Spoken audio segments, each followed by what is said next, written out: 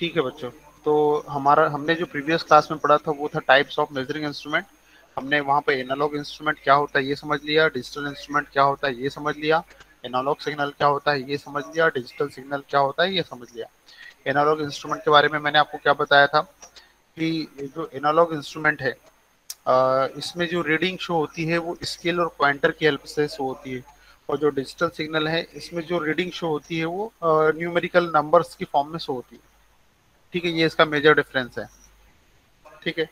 अब उसके बाद मैंने कुछ एग्जांपल भी दे दिए थे आपको एनालॉग इंस्ट्रूमेंट की कि एनालॉग इंस्ट्रूमेंट क्या है, जैसे PMMC instrument, electrodynamometer type instrument, MI instrument.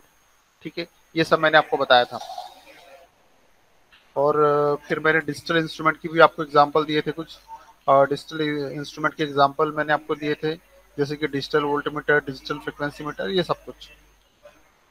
ठीक है, उसके बाद मैंने हेडिंग डलवाई थी types of analogue instrument. Types of analogue instrument जो होते हैं वो तीन प्रकार के होते हैं। जैसे कि सबसे पहला इंडिकेटिंग टाइप इंस्ट्रूमेंट, दूसरा रिकॉर्डिंग टाइप मेजरिंग इंस्ट्रूमेंट, और थर्ड है इंटीग्रेटिंग टाइप मेजरिंग इंस्ट्रूमेंट। बच्चों ये पढ़ लिया था हमने प्रीवियस क्लास में यहाँ तक, है ना? Yes sir. ठीक ठीक है।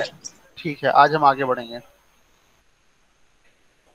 एक्चुअल में जिस सॉफ्टवेयर से मैं आपको पढ़ाता हूँ ना वो सॉफ्टवेयर इस कॉलेज के पीसी में काम नहीं करता है। इस वजह से मेरे को वहां से पीडीएफ को यहाँ एक्सपोर्ट करना पड़ा, इसलिए अपने को इतना टाइम लग गया। ठीक है? तो चलो अब सबसे पहले हम स्टार्टिंग करते हैं, इंडिकेटिंग टाइप इंस्ट्रूमेंट को समझते हैं कि ये है क्या इंडिकेटिंग टाइप इंस्ट्रूमेंट।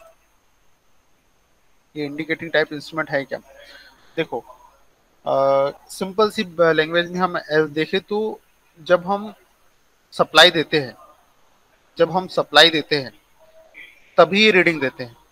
जब हम मेजरमेंट लेते हैं उसी समय ये रीडिंग देते हैं।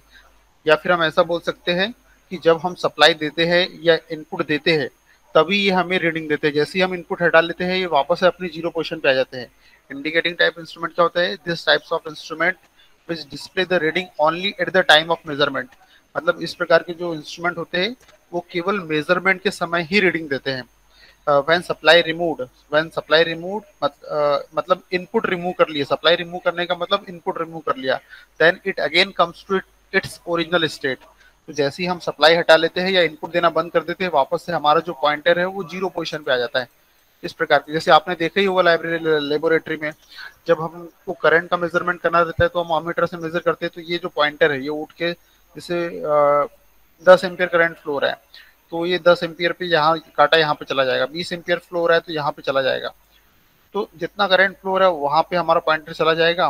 और जैसे ही हम हटा देंगे उसको सर्किट से वापस से हमारा जीरो पोजीशन पे आ जाएगा। तो इस प्रकार के जो भी इंस्ट्रूमेंट होते हैं वो सारे के सारे इंडिकेटिंग टाइम मेजरिंग इंस्ट्रूमेंट होते हैं। जैसे कि आपको यहाँ एग्जांपल दिख रहा है, जैसे कि यहाँ पर एक पीएमएमसी इंस्ट्रूमेंट हो गया, ईएमएमसी इंस्ट्रूमेंट हो गया, एमआई इंस्ट्रूमेंट हो गया, ओम मीटर इंस्ट्रूमेंट हो गया, मेगर हो गया। ये जो इंस्ट्रूमेंट है ये इसी प्रकार के इंस्ट्रूमेंट है। जब जब तक हम इनपुट देते हैं तब तक ये हमें रीडिंग देते हैं। जैसे ही हम इन्हें इनपुट देना बंद कर देते हैं ये वापस से अपनी जीरो पोजीशन पे आ जाते हैं। ठीक है बच्चे, चलो। अब यहाँ पे देखो रिकॉर्डिंग टाइप मेजरिंग इंस्ट्रूमेंट क्या होता है। रिकॉर्डिंग टाइप मेजरिंग इंस्ट्रूमेंट क्या होता है? जैसे कि सिस्मोग्राफ। सिस्मोग्राफ मतलब जो भूकंप की तीव्रता, अर्थक्वेक इंटेंसिटी फाइंड आउट करते हैं। रिकॉर्डिंग, भाई कितना इंटेंसिटी का भूकंप आया। तो यहाँ पर देखो, यहाँ पर एक पेन लगा हुआ है, ये पेन लगा हुआ है, एक सपोर्ट लगा हुआ है, एक चार्ट पेपर लगा हुआ है। ठीक है, ये ठीक है, ये स्ट्रिंग है एक, ये पेंडुलम है। अब जैसे जैसे भूकंप आया तो भूकंप आया है तो ये जो पेंडुलम है ये वाइब्रेट करेगा या हिलेगा। और ये जो हमारा चार्ट पेपर है ये चलते रहता है। तो जो भी इंटेंसिटी, जैसी भी इंटेंसिटी आई है हमारे भूकंप की वो इस पेपर के ऊपर ऑटोमेटिकली रिकॉर्ड हो जाती है। दूसरा एग्जांपल है medical ECG machine, electrocardiograph machine. हमारा जो आपने देखा होगा बहुत सारी पिक्चरों में, जब तक कि ये चलते रहती है तब तक ये आदमी जिंदा है, ये सीधी यस हो गई सर। मतलब आदमी खत्म हो गया। तो ये भी क्या है, ये भी एक हमारी हार्ट रेट को रिकॉर्ड करने की, हमारा कितना हार्ट रेट चल रहा है फिलहाल उसको रिकॉर्ड करने वाली मशीन है। तो ये भी एक रिकॉर्डिंग टाइप मेजरिंग इंस्ट्रूमेंट का एग्जांपल है। ठीक है, कॉकपिट वॉइस रिकॉर्डर, जो हमारा एरोप्लेन होता है जिसमें यात्री यात्रा करते हैं हवाई मार्ग से।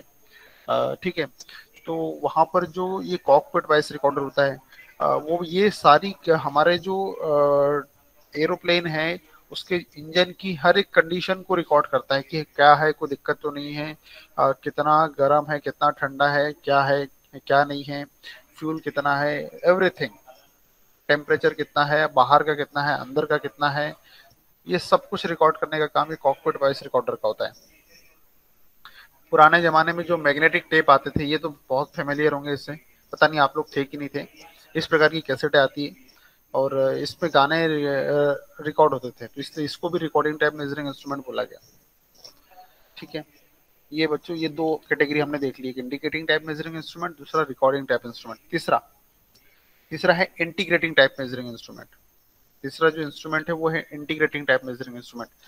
देखो ये जो इंडिकेटिंग टाइप इंस्ट्रूमेंट है वो क्या कर रहा था, वो रीडिंग को डिस्प्ले कर रहा था, दिखा रहा था कि कितना करंट फ्लो हो रहा है। रिकॉर्डिंग टाइप इंस्ट्रूमेंट क्या कर रहा था, वो रिकॉर्ड कर ले रहा था, जो कुछ भी था उसको रिकॉर्ड कर। लेकिन जो इंटीग्रेशन का मतलब क्या है, जोड़ना, सम होना। इंटीग्रेशन का अगर मतलब देखा जाए तो क्या होता है, जोड़ना। जैसे हम बोलते हैं ना कई बार अखंड भारत, अखंड भारत, इंटीग्रेट इंडिया। ठीक है, तो वो क्या है, मतलब हम अखंड भारत क्यों बोलते हैं इंडिया को, क्योंकि यहाँ बहुत सारे धर्मों को एक साथ जोड़ा गया है और फिर भी हम प्यार भाईचारे से रहते हैं, इसलिए उसको इंटीग्रल इंडिया, अखंड भारत बोलते हैं। तो उसी प्रकार से ये इंटीग्रेटिंग टाइप मेजरिंग इंस्ट्रूमेंट ये एक काम नहीं करता है, ये बहुत सारे काम करता है। ये डिस्प्ले भी करता है, स्वाभाविक सी बात है, जैसे एग्जांपल एनर्जी मीटर, ये आपको रीडिंग भी देता है, ये रिकॉर्ड भी कर लेता है। ये रिकॉर्ड भी कर लेता है प्रीवियस जितनी भी यूनिट है उन सबको रिकॉर्ड कर लेता है कि इतनी यूनिट हो गई, इतना चल रहा है। और क्यूमुलेटिव एडिशन और एडिशन भी करते जाता है, आज जितनी रीडिंग हुई उसको कल या फिर नेक्स्ट डे जितनी रीडिंग हुई उसमें जोड़ के आगे की रीडिंग देगा हमें। तो ये एडिशन भी कर रहा है, क्यूमुलेटिव एडिशन। तो जो नाम ही इसका इंटीग्रेट है, इंटीग्रेट मतलब ये बहुत सारे काम करने वाला, सम, जहाँ सम हो रहा है। ठीक है, तो ऐसा मेजरिंग इंस्ट्रूमेंट जो डिस्प्ले भी करता है, रिकॉर्डिंग भी करता है, क्यूमुलेटिव एडिशन भी करता है, ऐसे मेजरिंग इंस्ट्रूमेंट को हम इंटीग्रेटिंग टाइप मेजरिंग इंस्ट्रूमेंट कहते हैं। इसके एग्जांपल हो गए single phase energy meter, three phase energy meter और एम्पियर हावर।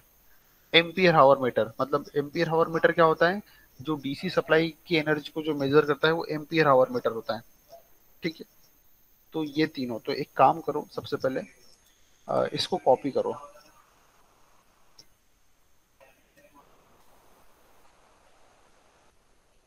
ये तीनों एक टेबल बनाओ, इंडिकेटिंग टाइम मेजरिंग इंस्ट्रूमेंट, अपनी श्रद्धा अनुसार जैसा डायग्राम बनाना है वैसा डायग्राम बनाओ।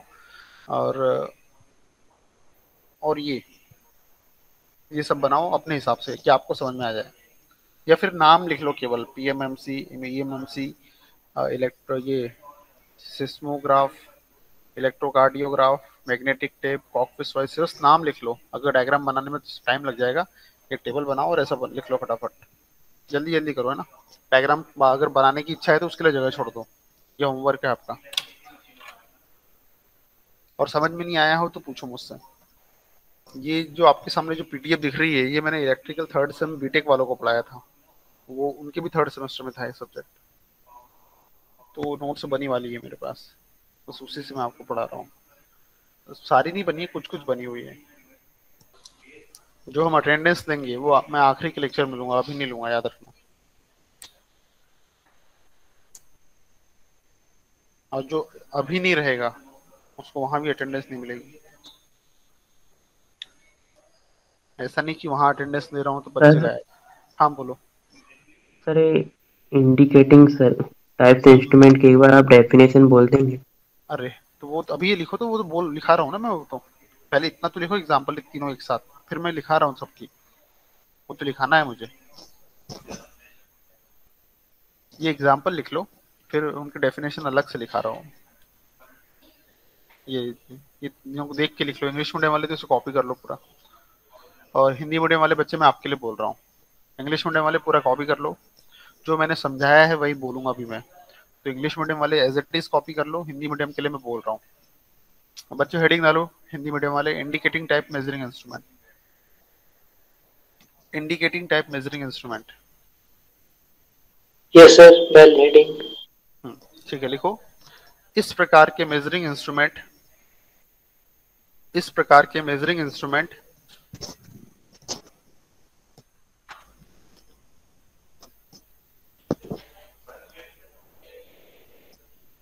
केवल मेजरमेंट के समय ही, केवल मेजरमेंट मतलब मापन के समय ही, केवल मेजरमेंट मतलब ब्रैकेट में मापन लिख सकते हो, मापन के समय ही रीडिंग देते हैं, रीडिंग देते हैं, रीडिंग देते हैं।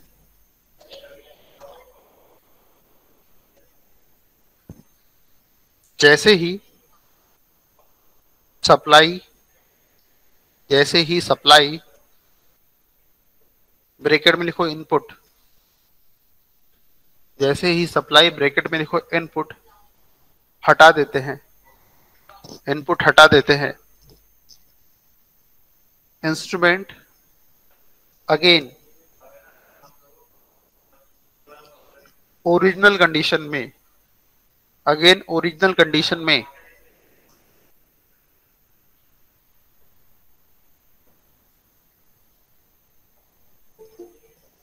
अर्थात जीरो पोजीशन पर आ जाता है, अर्थात अर्थात सर इंस्ट्रूमेंट की बात क्या है? अर्थात जीरो पोजीशन पर आ जाता है। कहां पर? यहां पर इंस्ट्रूमेंट है, हाँ sir. Which display the reading, इधर कुछ नहीं है, सर इधर हिंदी मीडियम वालों के लिए, हिंदी मीडियम वालों का। कहां तक लिखा तुमने, वो कहां तक लिखा बताओ मुझे। Instrument again original condition, original state में आ जाता है अर्थात जीरो पोजीशन पर आ जाता है, ओरिजिनल स्टेट में आ जाता है अर्थात जीरो पोजीशन पर आ जाता है।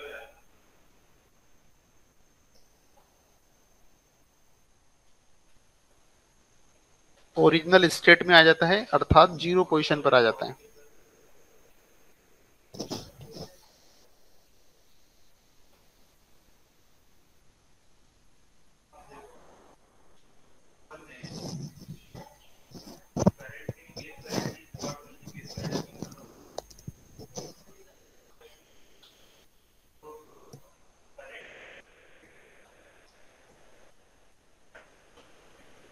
लिख लिया बच्चे?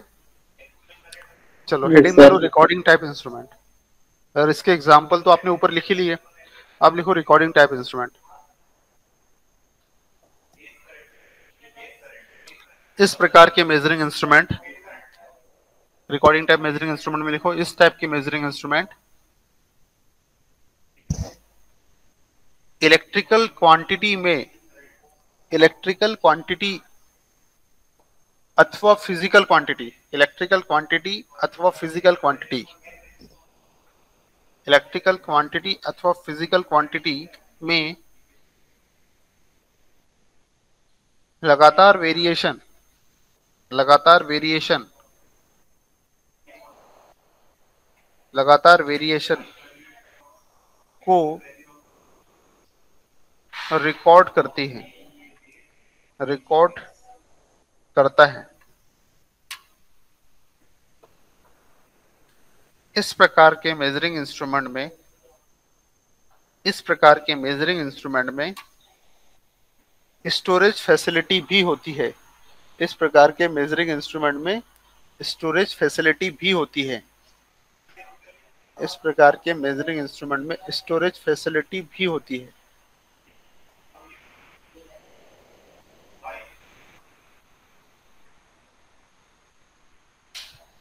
लिख लिया बच्चों?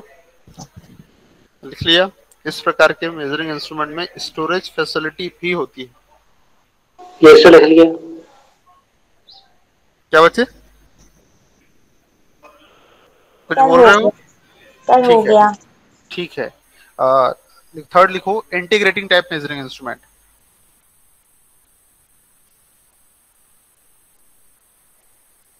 इसके नाम के अकॉर्डिंग लिखो, इसके नाम के अकॉर्डिंग, इसके नाम के अकॉर्डिंग यह instrument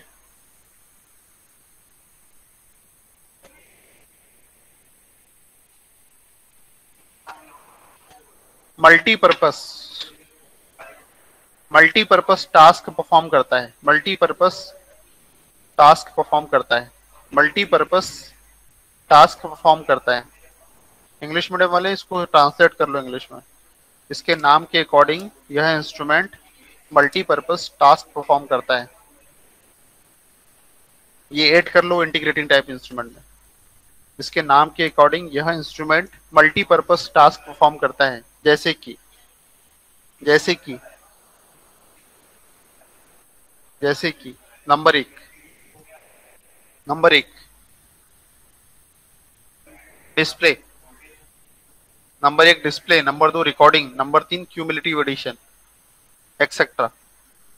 number 1 display, number 2 recording, number 3 cumulative addition. Number 1 display, number 2 recording, number 3 cumulative addition.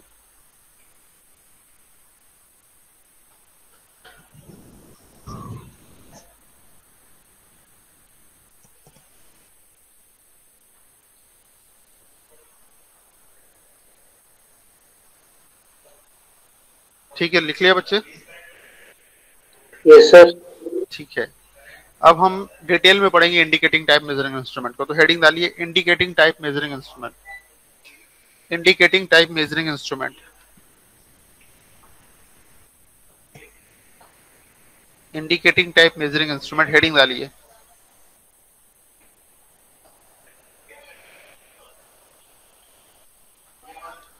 और आगे लिखो, इसके आगे लिखना, स्टार लगा के, इसके नीचे स्टार लगा के लिखो इंडिकेटिंग टाइप इंस्ट्रूमेंट को, इंडिकेटिंग टाइप इंस्ट्रूमेंट को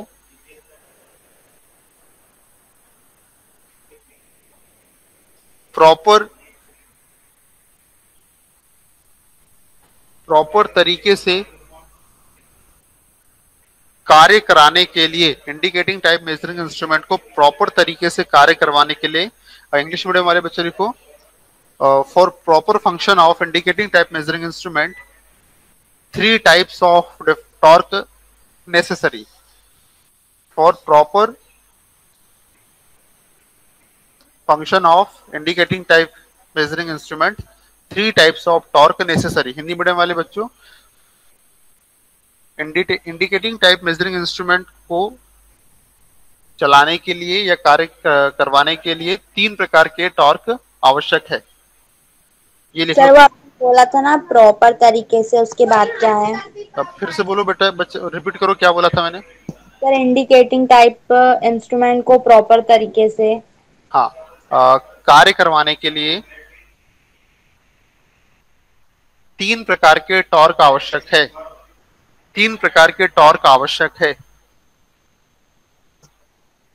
ये तीनों लिख लो। Number 1 deflecting torque, number 2 controlling torque, और number 3 damping torque. Number 1 deflecting torque, number 2 controlling torque, और नंबर 3 डैम्पिंग टॉर्क।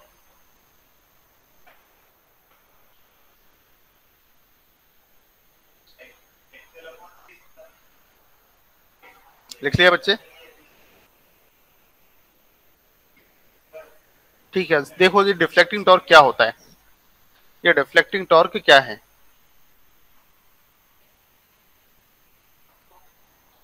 चलो समझते हैं डिफ्लेक्टिंग टॉर्क। तीनों टॉर्कों को समझाता हूं मैं आपको, तीनों टॉर्कों को समझाता हूं।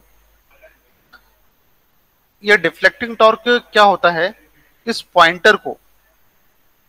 पॉइंटर को घुमाने के लिए जो फोर्स, जो टॉर्क लगता है, इस पॉइंटर को घुमाने के लिए जो टॉर्क लगता है वह डिफ्लेक्टिंग टॉर्क है।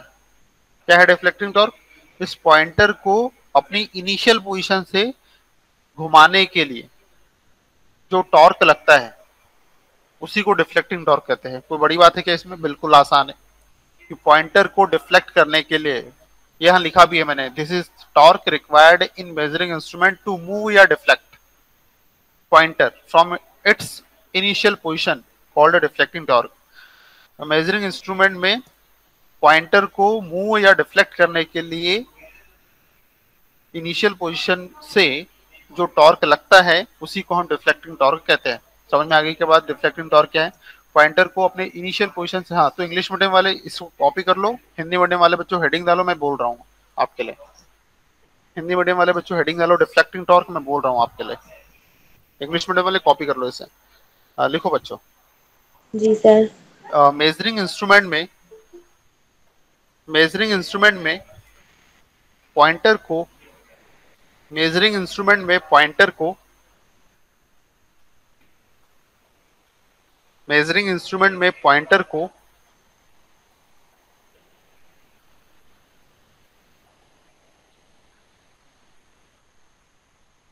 घुमाने अथवा डिफ्लेक्ट करने के लिए, घुमाने अथवा डिफ्लेक्ट करने के लिए, घुमाने अथवा डिफ्लेक्ट करने के लिए जिस टॉर्क की आवश्यकता होती है, जिस टॉर्क की आवश्यकता होती है, जिस टॉर्क की आवश्यकता होती है, उस टॉर्क को, जिस टॉर्क की आवश्यकता होती है उस टॉर्क को डिफ्लेक्टिंग टॉर्क, उस टॉर्क को डिफ्लेक्टिंग टॉर्क कहा जाता है, उस टॉर्क को डिफ्लेक्टिंग टॉर्क कहा जाता है।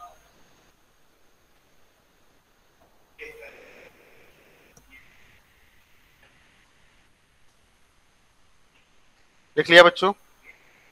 Yes sir. ठीक है, बच्चों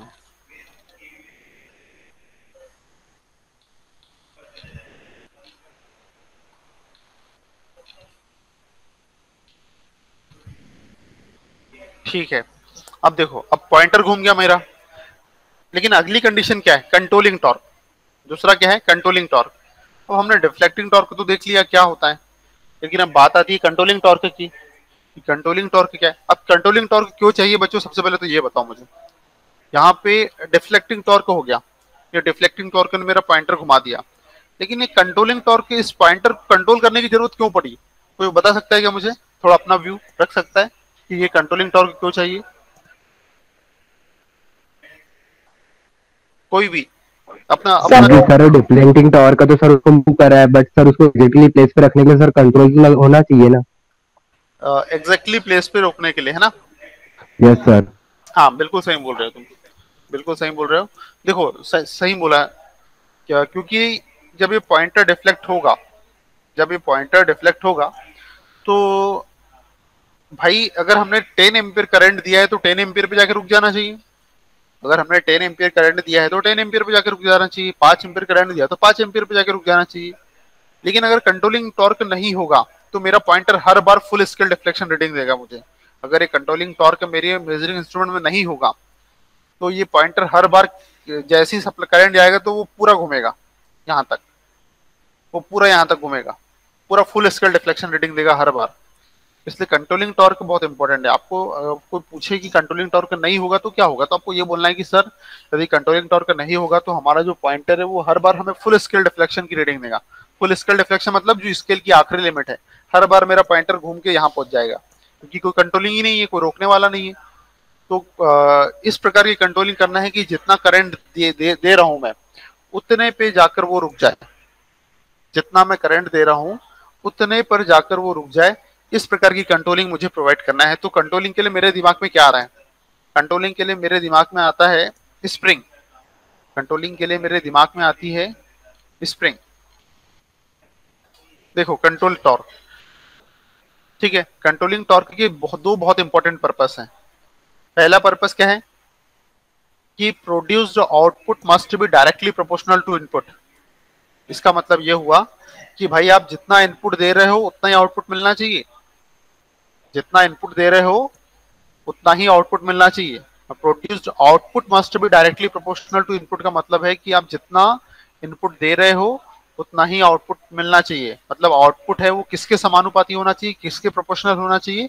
वो इनपुट के प्रोपोर्शनल होना चाहिए कि भैया आउटपुट उतना ही मिलना चाहिए जितना इनपुट दे रहे हैं। अगर मैं 10 एम्पियर करंट दे रहा हूँ तो अमीटर ने 10 ही एम्पियर मेजर करना चाहिए, ऐसा नहीं कि ज्यादा करे, ऐसा नहीं चाहिए। तो मेरा जो आउटपुट है वो इनपुट के प्रोपोर्शनल होना चाहिए। तो ये पहला पर्पस है कंट्रोलिंग टॉर्क का। ऐसा नहीं हो कि भाई एकदम हर बार फुल स्केल रीडिंग दे रहा है, ये जैसी करंट दिया वो हर बार 1 एम्पियर दिया तो भी पूरा फुल घूम गया, 2 एम्पियर दिया तो भी पूरा फुल घूम गया, 3 एम्पियर दिया तो भी पूरा फुल घूम गया। ऐसे में तो मैं मेजर कर ही नहीं पाऊंगा। इसलिए कंट्रोलिंग टॉर्क की मुझे जरूरत पड़ी। तो कंट्रोलिंग टॉर्क के दो बहुत इंपॉर्टेंट पर्पस है कि पहला कि मेरा जो आउटपुट है वो इनपुट के प्रोपोर्शनल होना चाहिए, जितना इनपुट दूंगा उतना ही आउटपुट मिलना चाहिए। दूसरी बात कि अगर मैंने सप्लाई देना बंद कर दिया है तो मेरा पॉइंटर फिर से 0 पोजीशन पे चला जाए। ये दूसरा पॉइंट लिखा है, to bring back the pointer to its original state in the absence of input supply. मतलब जब सप्लाई हटा दूंगा, सप्लाई की अब्सेंस ऑफ इनपुट सप्लाई, जो इनपुट सप्लाई की अनुपस्थिति में मेरा जो पॉइंटर है वापस से अपनी पुरानी पोजीशन या 0 पोजीशन पे आ जाना चाहिए। यहाँ लिखा भी है मैंने, सप्लाई या इनपुट जैसे 0 हुआ पॉइंटर कहाँ चला गया? इनिशियल पोजीशन पे चला गया। तो इंग्लिश मीडियम वाले इसे कॉपी कर लो, हिंदी मीडियम वाले बच्चों मैं बोल रहा हूँ, लिखो जरा कंट्रोलिंग टॉर्क की हेडिंग डालो। देखो कंट्रोलिंग टॉर्क के दो महत्वपूर्ण उद्देश्य है। कंट्रोलिंग टॉर्क के दो महत्वपूर्ण उद्देश्य है। कंट्रोलिंग टॉर्क के दो महत्वपूर्ण उद्देश्य है। नंबर एक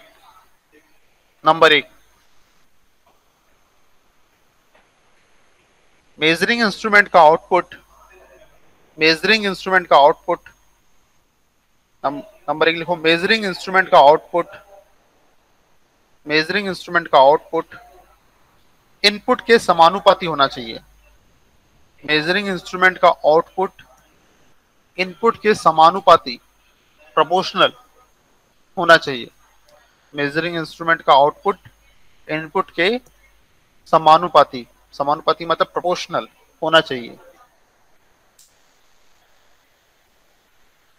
दूसरा पॉइंट लिखो, दूसरा पॉइंट लिखिए। अच्छा दूसरा पॉइंट लिखने के पहले ये लिख लो एक डब्बे में, input output, output proportional to input, ये लिखो, ये लिख लो। उसके नीचे जो मैंने लिखा है समानुपाती वाला, उसके नीचे ये लिख लो, आउटपुट प्रोपोर्शनल टू इनपुट। ठीक है, दूसरा पॉइंट लिखो, जब सप्लाई हटा दी जाए, जब सप्लाई अथवा इनपुट हटा दिया जाए, जब सप्लाई अथवा इनपुट हटा दिया जाए, जब सप्लाई अथवा इनपुट हटा दिया जाए, जब सप्लाई अथवा इनपुट हटा दिया जाए, तब तब जब सप्लाई अथवा इनपुट हटा दिया जाए तब पॉइंटर ने अपनी ओरिजिनल स्टेट में आ जाना चाहिए। जब सप्लाई अथवा इनपुट हटा दिया जाए तब पॉइंटर ने अपनी ओरिजिनल स्टेट में आ जाना चाहिए।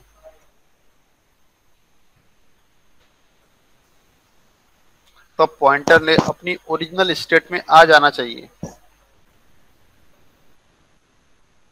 उसका ये लिख लो, सप्लाई या इनपुट 0 हो गया तो पॉइंटर इनिशियल पोजीशन पे पहुंच जाएगा, ये लिख लो। बच्चे समझ में आया क्या मैंने क्या पढ़ाया आपको? कोई डाउट तो नहीं है?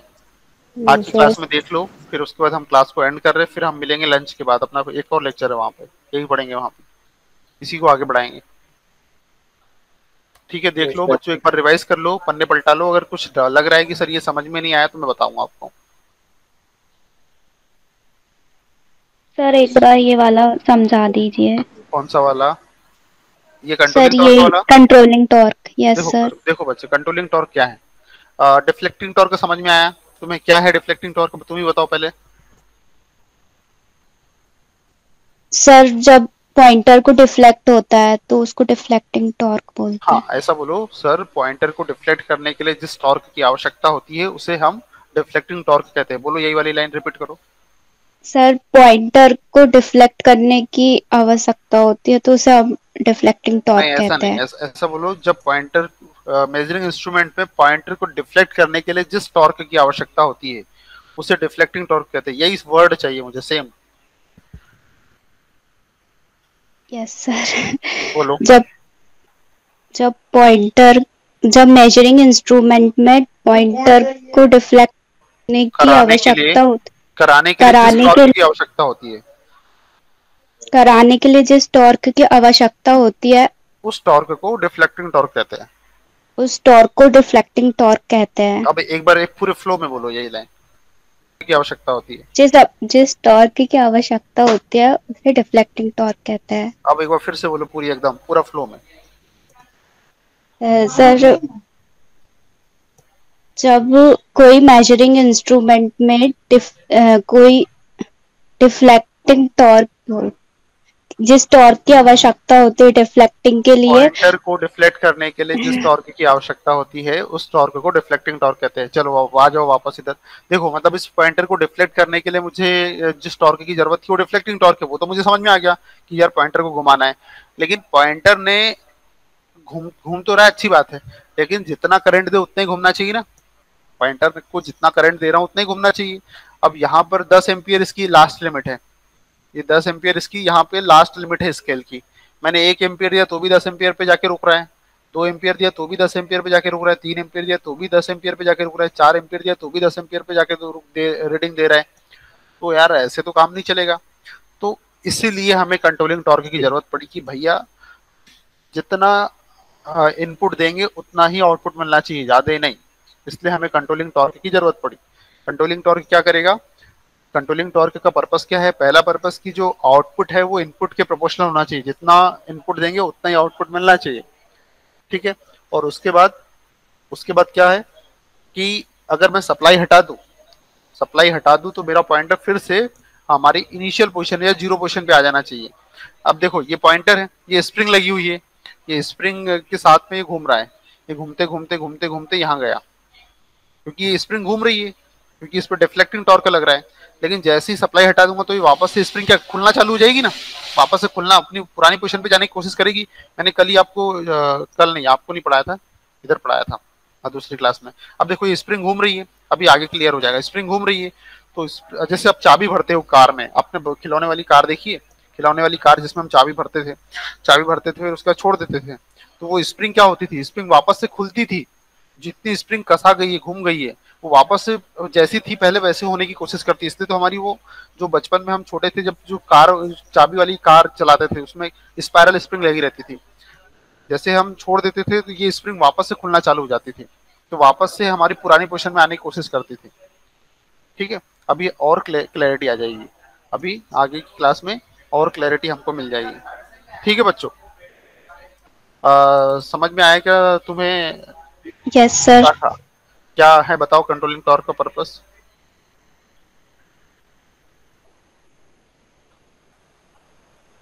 बताओ, ट्राई करो। सर जो हम आउटपुट प्रोड्यूस करेंगे उसमें तो हमें इनपुट भी वैसे ही मिलेगा, क्योंकि उसमें है ना डिफ्लेक्टिंग टॉर्क का यूज करेंगे नहीं करेंगे तो। चलो चलो एक काम करो, अभी मुझे लग रहा है कि तुम्हें क्लियर नहीं हुआ है, अभी हम नेक्स्ट लेक्चर में मिलेंगे, वहां बात करेंगे इसके बारे में, ठीक है। अभी इसको जब डिटेल में पढ़ेंगे ना तो और क्लैरिटी आ जाएगी, ठीक है। तो सर चलो थोड़ा बच्चों, सा नीचे स्क्रॉल कर दीजिए, वो लिखना है ठीक है, थोड़ा। सर बस हो गया। ठीक ठीक है बच्चों, आप लीव कर सकते हो अब तो।